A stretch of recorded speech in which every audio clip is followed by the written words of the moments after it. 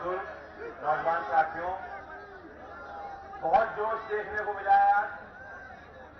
रंगों की जमीन, शायद जितने उत्साह से कभी आप चौधरी अजीत सिंह जी का और उससे पहले चौधरी चरण सिंह जी का स्वागत अपने घर में धरती पे करते थे, आज कोई भावना निकल के सामने आई है। मैं तहे दिल से आपको आभार व्यक्त करता हूं, मंचासीन पार्टी के सभी वरिष्ठ पदाधिकारियों को। हम लोगों के लिए ये चुनौतीपूर्ण वक्त है और मैं नहीं कहता कि रास्ता बहुत आसान होगा। जिस तरह किसान के जीवन में कष्ट और कठिनाइयां, पीड़ाएं गरीब के जीवन में बढ़ती जा रही हैं, तो लड़ाई तो हमें इन्हीं की लड़नी है और इसलिए चुनौती बहुत बड़ी है। इसीलिए हमने तय किया, जिस तरह रणभूमि में उतरने से पहले क्षत्रिय पूजा करता है, परिवार के अपने बड़ों का आशीर्वाद लेता है और फिर तिलक लगाकर रणभूमि में कूद पड़ता है। अगर हमें इस देश में सामाजिक परिवर्तन की नई लहर पैदा करनी है, अपने इस प्यारे प्रदेश में तरक्की लानी है, खुशहाली लानी है, तो इस रणभूमि में उतरने से पहले अपनों का आशीर्वाद लेना बेहद जरूरी है। इसलिए मैं आज आपके बीच आया हूं, दिल से देना।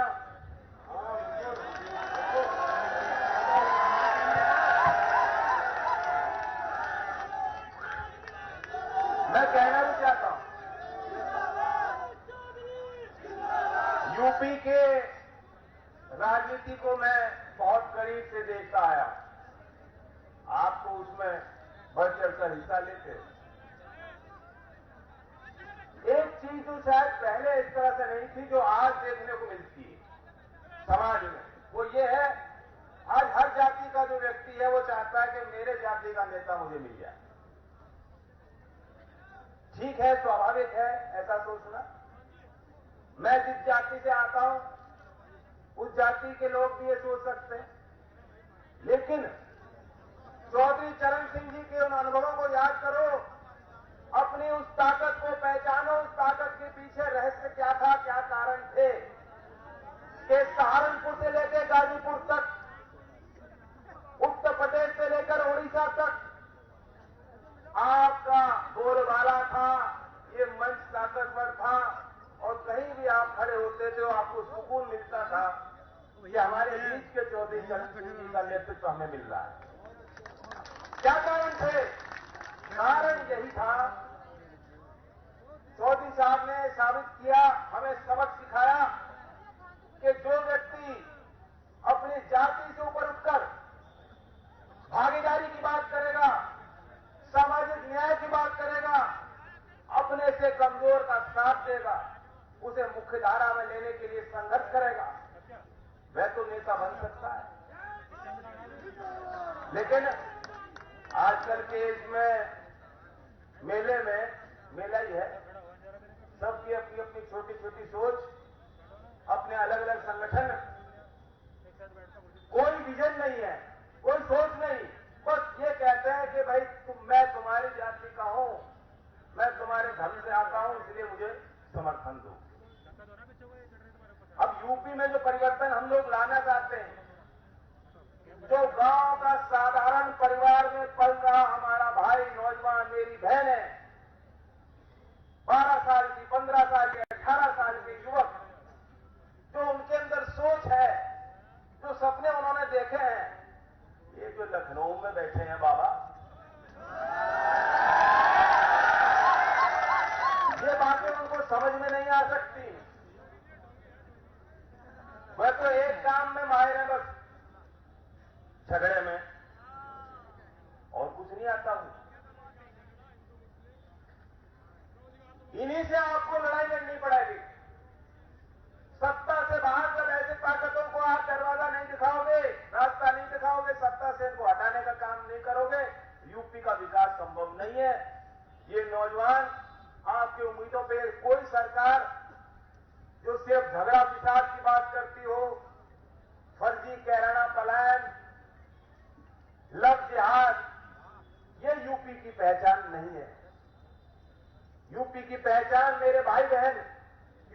पहचान यहाँ के मेहनत कमेरा वर्ग के खेती करने वाले किसान मजदूर भाई हैं, नए आविष्कार करने वाले हमारे छात्र हैं, वर्दी पहने हमारे पुलिसकर्मी हैं, सरकारी नौकरी में जो लोग दिन रात मेहनत करते हैं कि कुछ न कुछ विकास की जो योजना है जमीन तक पहुंचे, वे लोग यूपी की पहचान बन सकते हैं, वे लोग यूपी की शान मान बन सकते हैं। मैं आपको बताना चाहता हूं, आप भी देख रहे हैं जो हाल की घटनाएं हुई हैं, इससे बात साबित हो गई, इनकी पोल खुल गई। इन लोगों ने बड़ी बड़ी बातें की, किसानों को लुभाने के लिए मीठी मीठी बातें की, लेकिन इनके दिल में आपके लिए कोई जगह नहीं है। आपके दर्द को वो समझते नहीं है, आपके आंसुओं को पोंछने का काम कैसे कर लेंगे। लखीमपुर की वह तस्वीरें सच पूछो वह कोई देख नहीं सकता। ऐसा कभी हमने कल्पना नहीं की थी, कभी सोच नहीं सकते थे कि लोकतंत्र में भी ऐसा होगा। जलियांवाला बाग जैसा दृश्य, तब तो लड़ाई अंग्रेजों से थी, आज आपकी वोट लेकर लोग बैठे हैं। ये कौन से अंग्रेज हैं जिन्हें किसान के खून की कदर नहीं, किसान की जान की कोई कीमत नहीं हो जिनके आगे। ऐसी हुकूमत को, ऐसे लोगों को हम कभी अपना नेता स्वीकार नहीं करेंगे। हालात इतने खराब हैं, मध्य प्रदेश में एक गरीब आदमी यूपी का गया, चूड़ी बेच रहा था, और वहां भी सरकार ऐसे ही लोगों की है, क्रूरता से परिपूर्ण। वहां ऐसे गरीब व्यक्ति को उठाकर जेल में बंद कर दिया जाता है, उस पर आतंकवादी गतिविधि का एक ठप्पा लगाकर यूएपीए जैसा कड़ा कानून लगाया जाता है। 8,300 लोग उस कानून में जेल में बंद हैं जब से मोदी जी आए। ये मैं नहीं कह रहा हूं, विश्व प्रसिद्ध न्यूयॉर्क टाइम्स के आर्टिकल में ये आंकड़ा छपा है। वैसे तो लोग ये आंकड़े छपने नहीं देते, देश की सीमा में ऐसी बातें मीडिया वाले भी नहीं कर पाते। मीडिया वाले भी बेचारे हैं, इन पे तरह तरह का अनैतिक दबाव बनाया जाता है, ये भी डर गए। लेकिन दुनिया की अखबारें इन बातों को, मीडिया इन बातों को छाप रहा है। वो कह रहा है कि लोकतंत्र की हत्या हो रही है। 8,300 लोगों के खिलाफ जिस यूएपीए कानून के तहत ये कार्रवाई सरकार कर रही, मैं पूछना चाहता हूं, जो आपके गृह मंत्री हैं टेनी जी, जिन्होंने साजिश रची, जिनके साहबजादे ने गाड़ी से अन्नदाता को रौंदने का काम किया, इस सभा से पूछता हूं, इस पंचायत से पूछता हूं, हमारे अपने परिवार से पूछना चाहता हूं, क्या ऐसे क्रूर लोगों के खिलाफ, अपराधियों के खिलाफ आतंकवादी कानून की सख्त से सख्त धाराएं नहीं लगनी चाहिए थी? गरीब के लिए यूएपीए है। जो किसान ट्रैक्टर दे गए थे दिल्ली के अंदर, उनके खिलाफ दिल्ली पुलिस ने जब मुकदमे लिखने शुरू किए, शुरुआत यूएपीए से की थी। लेकिन जो किसान पर वार करेगा उस पर कुछ नहीं। 5 दिन तक गिरफ्तारी नहीं हुई। वह भी मंत्री जी के घर के बाहर नोटिस चिपकाया गया कि जब समय मिल जाए तो टहलते टहलते आ जाइए। ये हालात हैं, तो बहुत बड़ा झटका लगा है। मैं तो किसान कौम से उम्मीद करता हूं, हिंदू मुस्लिम सिख कोई मतलब नहीं, किसी जाति के विषय को लेकर मैं आपके बीच नहीं आना चाहता, नहीं आऊंगा। झगड़ा करना हो तो मुझसे मत पूछना, मैं नहीं बचाऊंगा। और एक हिंदू, मुसलमान और सिख और सभी धर्म को मानने वाला किसान अगर एक हो जाता है कि मैं किसानी से जुड़ा हूं और किसान बनकर जो है आगे आज चलना चाहता हूं, तो मैं आपसे आगे चलने का काम करूंगा।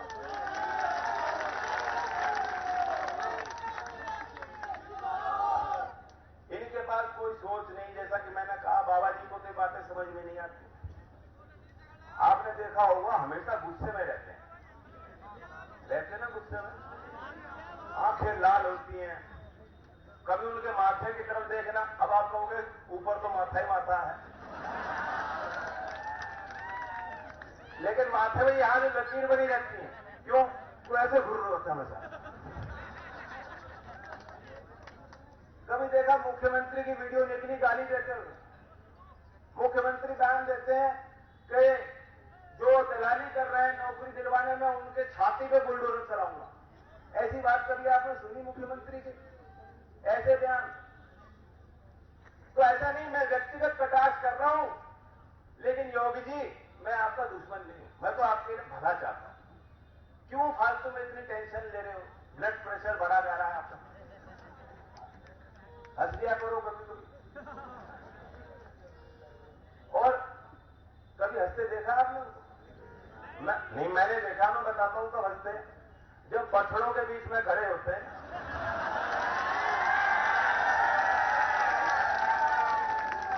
देखी ना उनकी हंसी में तस्वीर। अब क्यों बेकार में इतनी फाइल आपसे संभाली नहीं जा रही? क्या काम कर रहे हो? राजपाट के कामों को छोड़ दो, वह हम लोगों पे छोड़ दो काम, और वापस जो है, मैं तो चाह रहा हूं एक दिन में 24 घंटे 20 घंटे आपको मिलने चाहिए कि सर पे जो है फल फूल की टोकरी लगाकर पूजा पाठ में लग जाओ।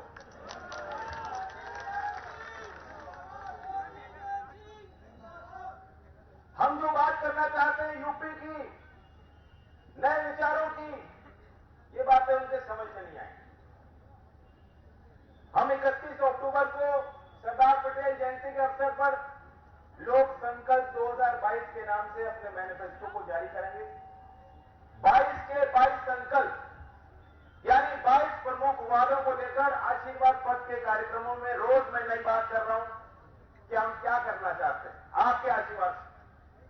कुछ घोषणाएं मैंने पहले की हैं, उनको दोहराऊंगा, और आज गंगों की सरजमीन पे आपके बीच आकर 4 नई बात करूंगा। पहले तो आप जानते ही हो, हमने घोषणा की है कि जो प्रधानमंत्री सम्मान योजना में सरकार 6,000 रुपए देती है, हम 23 दिसंबर में उस 6,000 को बढ़ा के किसानों को 12,000 देंगे।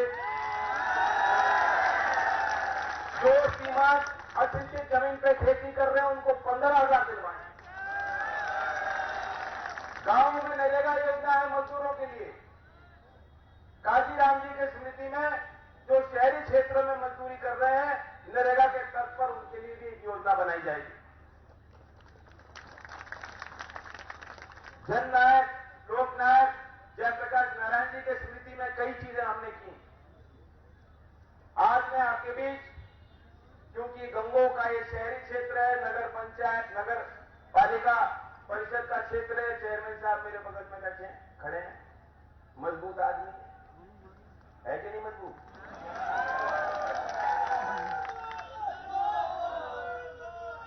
हम अपने मैनिफेस्टो में गंगों के लिए क्या बात कर सकते हैं, या जो हमारे शहरी क्षेत्र में लोग रह रहे हैं नागरिक, उनको विकास के मुख्यधारा से कैसे जोड़ सकते हैं। तो हमने विचार किया है, हमारे उत्तर प्रदेश में 707 ऐसी शहरी इकाई हैं। उत्तर प्रदेश देश में जो सीवरेज का जो कचरा जो उत्पन्न हो रहा है शहरों में, दूसरे स्थान पर। देश में जितना सीवरेज बन रहा है 13% महाराष्ट्र प्रदेश में, 12% यूपी में उत्पन्न होता है। 2017 में उस समय शहरी विकास मंत्री थे हर्षवर्धन जी, और उन्होंने इस बात को स्वीकारा था कि रोज 7100 मिलियन लीटर प्रतिदिन के हिसाब से सीवेज बन रहा है, कचरा बन रहा है शहरों में, और उसमें से मात्र 37% सीवर लाइनें हैं। ये यूपी की हालत है। तो हमने तय किया है कि 2030 तक जो यूपी की 707 ऐसी नगर पंचायत, शहर और नगर पालिकाएं हैं, प्रत्येक में घर में sewer line, sewer treatment plant, ताकि वह कचरा हमारे देश की नदियों को प्रदूषित न कर पाए, हम बनाएंगे। दूसरी बात यह है, रोडवेज की बस की क्या स्थिति है? वित्तीय संकट में है, वित्तीय संकट में है। आज कुछ 11,000 कुल बसें हैं। किसी भी बड़े शहर में आप डिपो में जाके देखेंगे, कुछ बस तो बिना पहिए की खड़ी हैं, और पता नहीं कितनों हमने तय किया है कि 2030 तक, अभी सरकार ने बिजली से संचालित बसों की घोषणा की है कि हम 700 बस देंगे। 700 बस क्या होती है? कुछ नहीं होती। 14 शहर में 700 बस चलाने की योजना। हम तो कह रहे हैं 2030 तक यूपी की सारी बसें बिजली से संचालित होंगी और 11,000 से बढ़ाकर 25,000 कम से कम हम बस आपको देंगे।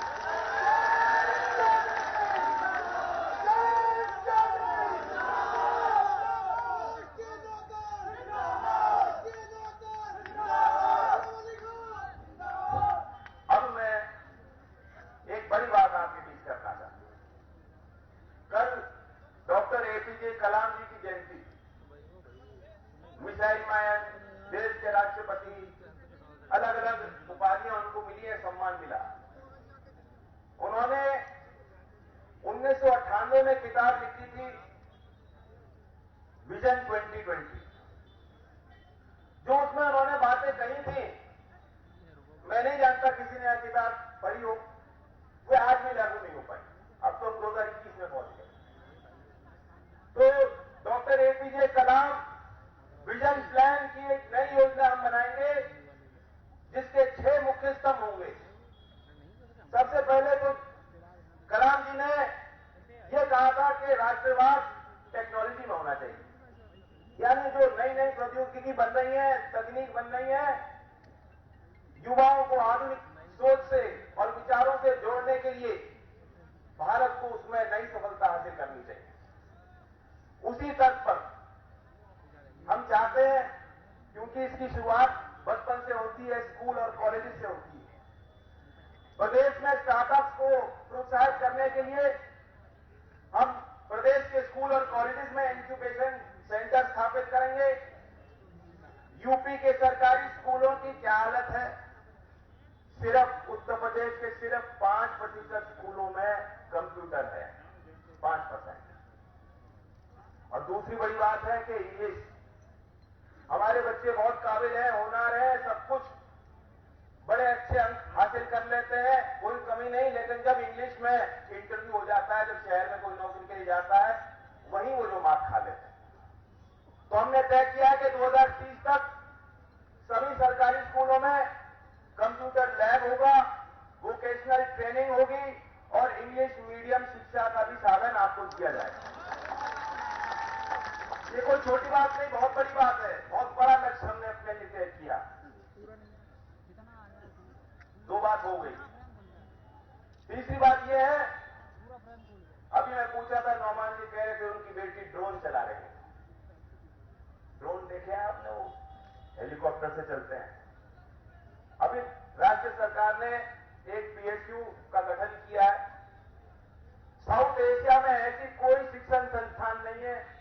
आप हमारी सरकार बनाएंगे तो डॉक्टर एपीजे कलाम जी की स्मृति में साउथ एशिया की पहली विश्वविद्यालय जो ड्रोन और पायलटलेस टेक्नोलॉजी को विकसित करने के लिए बनाई जाएगी, और वो भी पश्चिमी उत्तर प्रदेश में, क्योंकि यहां बहुत इंजीनियरिंग कॉलेजेस हैं, बहुत बच्चे हैं जो इन चीजों को समझते हैं।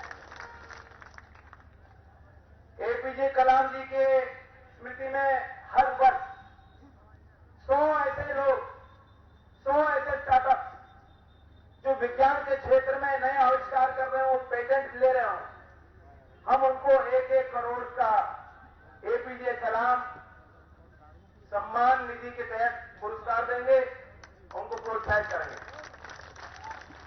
तो ये कई चीजें हैं, बारीकियों में ज्यादा नहीं जाऊंगा। कोई इन बातों को और समझना चाहता हो तो लोक संकल्प के नाम से या मेरे ट्विटर पे आप जा सकते हो। कल ही मैंने लिंक जारी किया जिसके तहत 5 लाख लोगों से सीधा मैं संवाद कर रहा हूं। घर बैठे आप अपने मोबाइल फोन पे लिंक पे बटन अपना हाथ फहराएंगे और मैं आपके घर में पहुंच जाऊंगा। तो मैं मोदी जी कर सकते हैं तो हम क्यों नहीं कर सकते? बाकी मुझे पीछे से पर्चियां दे रहे हैं, मुद्दे तो बहुत हैं। हाँ, ये वकील आए हैं, अब वकील भी होंगे, वादकारी तो बहुत होंगे जिन पे मुकदमे चल रहे हैं। मुकदमे वाले भी हैं या सारे ही हैं? अभी कहां जाना पड़ता? फौलाबाद या लखनऊ?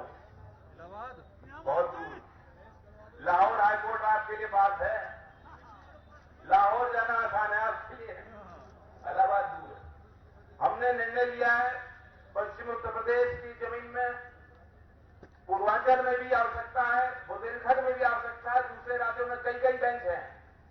हमारी सरकार बनेगी तो पश्चिमी यूपी में बेंच हम निश्चित स्थापित करेंगे ताकि आपको आपके लिए न्याय सुलभ। और बाकी मैं कहना चाहता हूं, क्योंकि अब एक ही बॉल बची है, छक्का मारना है। जो पते की बात है, जो आप मुझसे सुनना भी चाह रहे होंगे, चुनाव में क्या होगा, मैं आपको बताना चाहता हूं कि इस खानदान और चौधरी साहब के खानदान में पीढ़ी दर पीढ़ी रिश्ते रहे, तो इनका सम्मान मुझे भी करना होगा और जो मौका मिले आप भी इस परिवार में बढ़ाएं।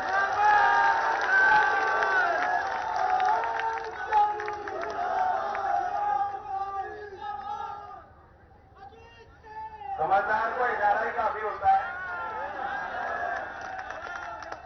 धन्यवाद साहब, बहुत जोश आपने दिया।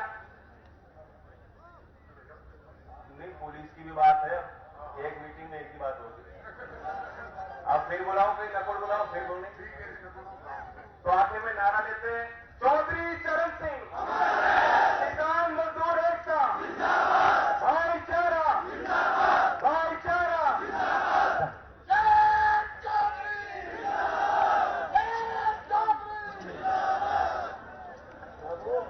सभी गंगों के मेरे सम्मानित और आसपास के इलाके के आए हुए लोगों का शुक्रिया अदा करता हूं।